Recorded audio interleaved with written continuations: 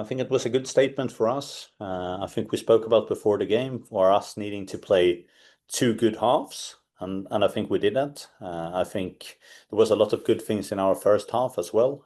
Even if we come to the halftime with a draw and in of course in a mentally tough situation where we concede basically on the last kick of the half, we're about to we find a way to focus on ourselves, to focus on what we can control. And I'm really proud of that. I think that's a really strong mentality to have. It's a mentality where you get results and not excuses. For me, you can't have both. So the consistency in playing both halves and having a good mentality, I think it's two really big takeaways from me and the team from this game.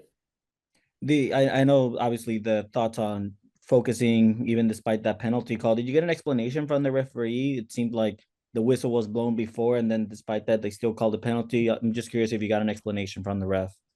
I can't comment on anything with the refs. I'm not allowed. Sounds good. What are your thoughts overall on the youngsters that you started? You started Mel B and Trinity. What does this speak on the future of the club, having two talented 17-year-olds that you're trusting to get the start now? I mean, I think it's very exciting with what we're building. As we have players like Trinity with Mel B, I think Kimi Ascanio is very good when she comes in today from the bench as well. So there's some really good young talent that is eager to learn, that works really hard, and they've done a lot with opportunities that have gone so far this season. So that's really exciting. And then obviously Delphine, 2 goals, 1 assist. When she got pulled off the game in the second half on the TV, it seemed like you had a little conversation with her. What was that like? What was that conversation after that? It was because she substituted herself because she felt a little bit of cramp.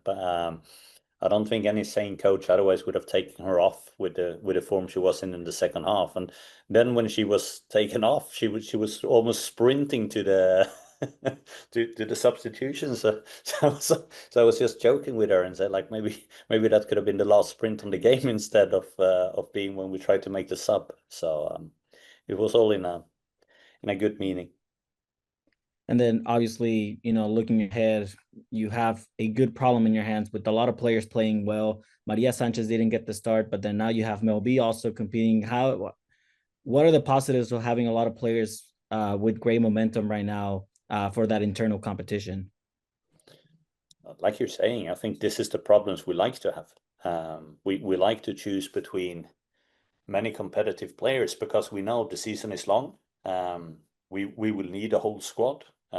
This also helps us affect our training environment, so we can compete in a healthy way during the training weeks, which I believe it's getting the best version about every single one. So for me, it's the situation I want to have. On every position, I want competition. Thank you, Jonas, and safe travels back home. Thank you.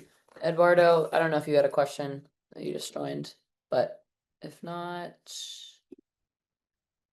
Eduardo, I wanted to make sure you got a chance. If not, we can wrap it up there.